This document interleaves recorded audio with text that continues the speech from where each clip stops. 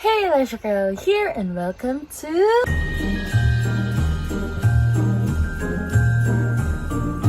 So for today, I decided para ma-feel talaga natin ng Christmas spirit ay kakain tayo ng everything that is in the color red. So hahanap tayo ngayon sa baba ng pwede natin kainin na color red. Tara, samahan niyo ako. Dahil gutom na ako and gusto ko lang kumain ng breakfast. So let's go down and find something to eat that is so red. Hilamos siguro man ako, no? Kasi parang kung naaman yung bunganga ko ngayon, parang gusto niyong mag-unsubscribe. So may nag-aabang na sa akin dito, guys. Good morning! So let's eat! Okay, so dito na tayo ngayon sa freezer namin. And ayan, maghahanap tayo ng color red na pwede natin kain for the whole day. So let's see. Oh, this one. Hot dog. It's color red. Uy, good morning. So, ito naman, pork tocino. Red ba to? Or, di ba may mga brown? So, I think itong brand na to red to. So, malalaman din mamaya. So, yun lang. Ano iba? Anong kakainin ko today? Kawawa naman ako, guys. Punta tayo dito sa taas. Ayan, I think apples. Yan, color red. Watermelon. Red ba ang loob ng Dutch meal? Not sure about that. Parang nakita kong red. Ayan. Red horse. So, syempre, morning na morning pa natin inumin. At hindi naman red ang loob ng red horse. Red. Okay, so dito naman tayo na area maghahanap. Red tong ketchup. Red yan. Hindi ko maabot. Ayan. Morning.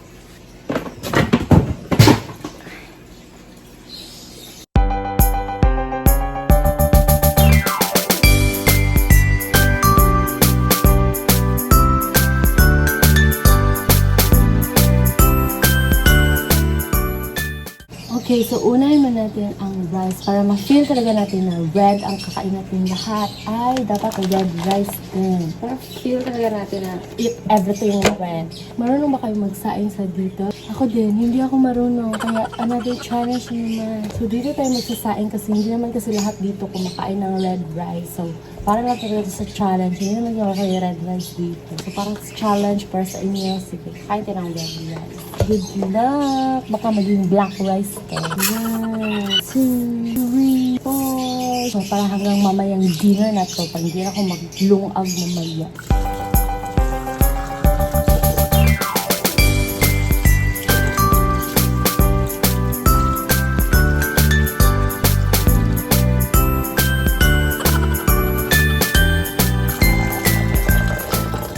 Okay, so habang niluluto yung rice dito, magluluto na tayo ng hotdog and ng corned beef. Inside, una lang itong corned beef or hotdog? Hotdog. Slice pa di ay. Laga na pagbuhat to. Okay, so ready na ating mga hotdog. So, dinamihan ko na kasi para din daw sa kanila. Kakainin pala sila. So, pampamilya pala tong challenge na to. Akala ko para sa akin lang yung lulutuin ko. So, isang lang natin sila. So, let's start cooking and naka-apron na ako. So, yung apron ka din ay parang color red. Cherries dyan. So, let's go!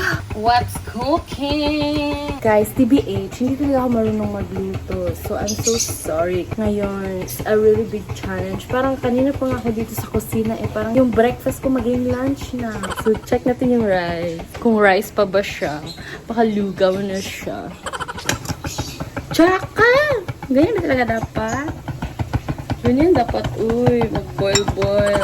Parang may nakita kong red dito, guys. So, pwede natin kainin for snacks. Red na red siya. Parang masarap to. Tingnan natin. Pero hindi naman red yung kanyang, so packaging lang pala yung red. Sayang, may pang snacks. May chichirya na sana ako. Hey, kumusta yung hotdog natin, day? Paano nyo malaman kung luto na yung hotdog? Hindi ko din alam. Okay, so tapos na tayo sa... Ganyan yung nafe-feel ko every online class. Tapos na tayo sa hotdog. So, ano siya naman. So, let's 𝒂𝒂𝒑𝒄𝒂𝒑𝒄𝒂𝒑. Ayan. Parang may fireworks ako dito. Pansin nyo, ang ingay-ingay. Next year pa yung New Year. Hala! Ano naman eh? Ano naman? So, kulang daw yung tubig. Ay! Mali ang ginagawa dito, guys. Okay, so, napalpak yung rice natin. So, while waiting, kakain man ako ng bread. Because I'm so hungry. Hala, parang di-red yung, bread. Balutan lang natin ng, strawberry jam.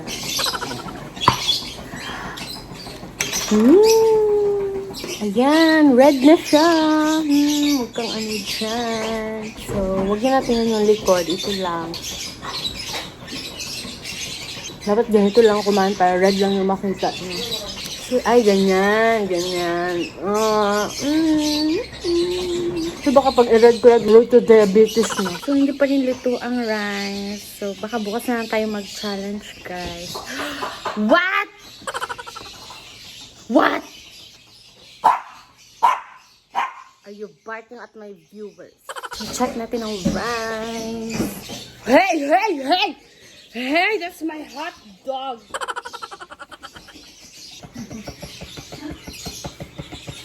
Kayo na ata. Ikaw para sure. Pagkupad na ay lock sa earring. Weird.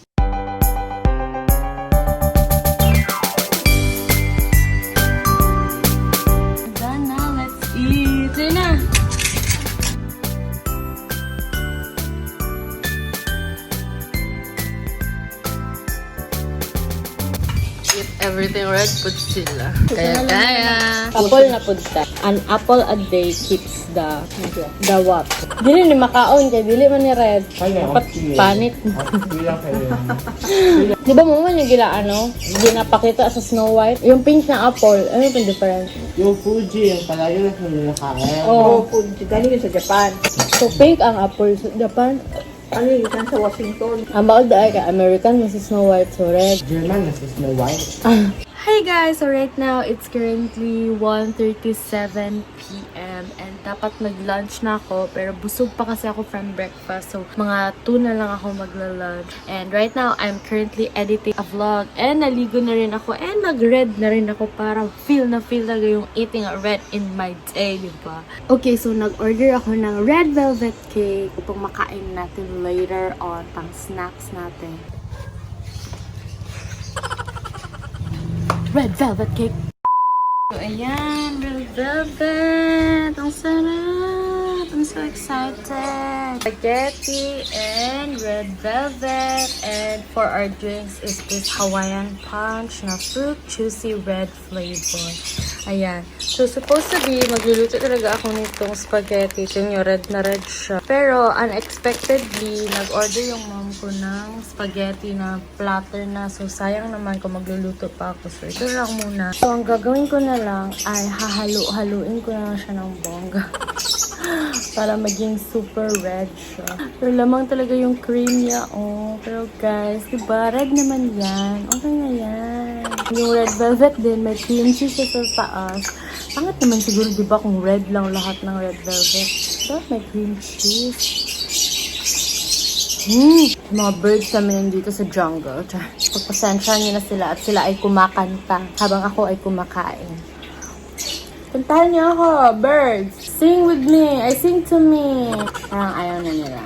Hindi na nagustuhan na hindi red masyado yung kinakain ko. Try natin tong juice. Kailangan ba siya i-shake?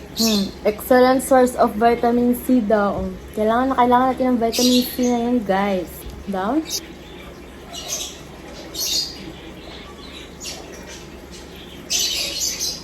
Tsaka man ang lasa. Uy, murag tambal. Try natin yung red velvet cake. So, red naman talaga yan, guys. May white lang because of the cream cheese. Pagbigyan niyo na ako. Sarap din. Harap ang cake. No? Order ko guys, promise, sarap. So, I just realized, red din pala yung kurtili namin. So, parang nakikibagay siya sa challenge ko. So, I'll just see you guys later kapag kakain na naman ako for snack or for dinner na. So, let's just see. Okay, so it's getting quite late and I haven't had my dinner yet. Kakatapos ko lang mag-edit. So, right now, I'm going to cook dinner for me. Kasi ako na lang ata yung hindi pa nag-dinner dito sa amin. Right now, I'm gonna cook this one. This is pork tocino and I believe that it's red. I'm just gonna have to cook this tocino myself. Okay guys, so I believe na tubig lang tong tocino din, like parang hotdog, diba?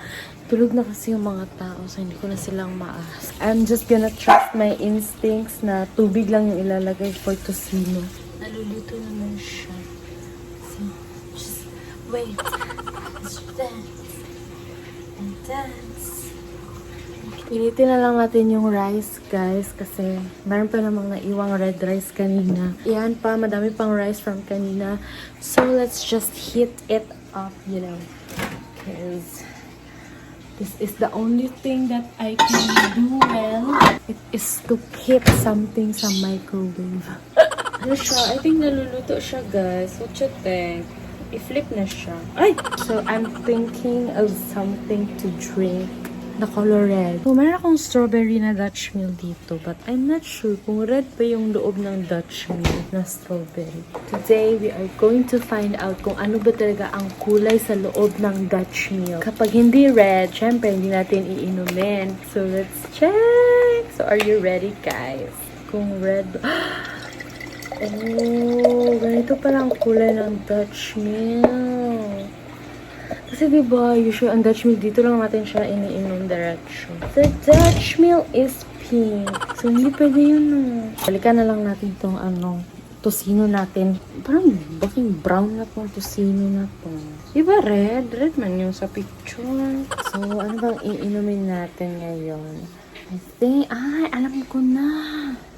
Ayan, this one. Napakasarap nito, guys. I recommend you to try this. This is a strawberry tea from 𝑘𝑠𝑐𝑠. So, let's try to make an iced tea.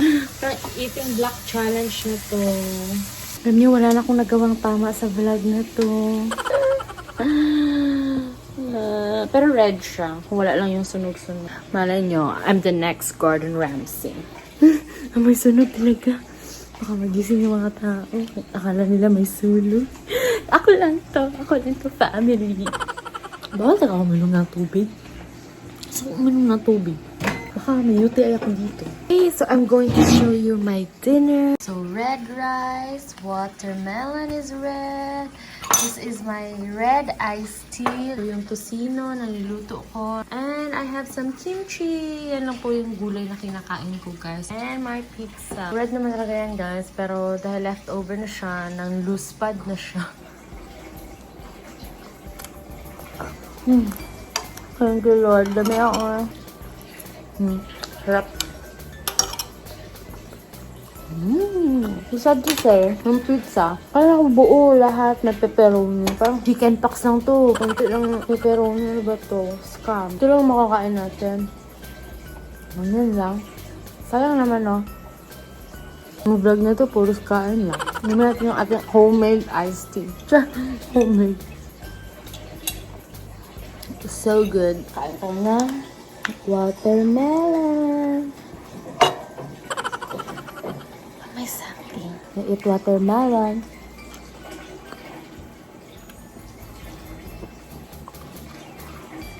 Parang may something talaga. Guys, kapag hindi ko ito na-upload ang video, alam niyo na. And I think that ends our day. Thank you so much for watching. I hope you enjoyed this video. And if you do, don't forget to click the thumbs up, share, and subscribe button. And turn on the post notification bell so you will be notified whenever I post a new video. And that is it. Thank you so much for watching. Merry Christmas! Love you all. Mwah.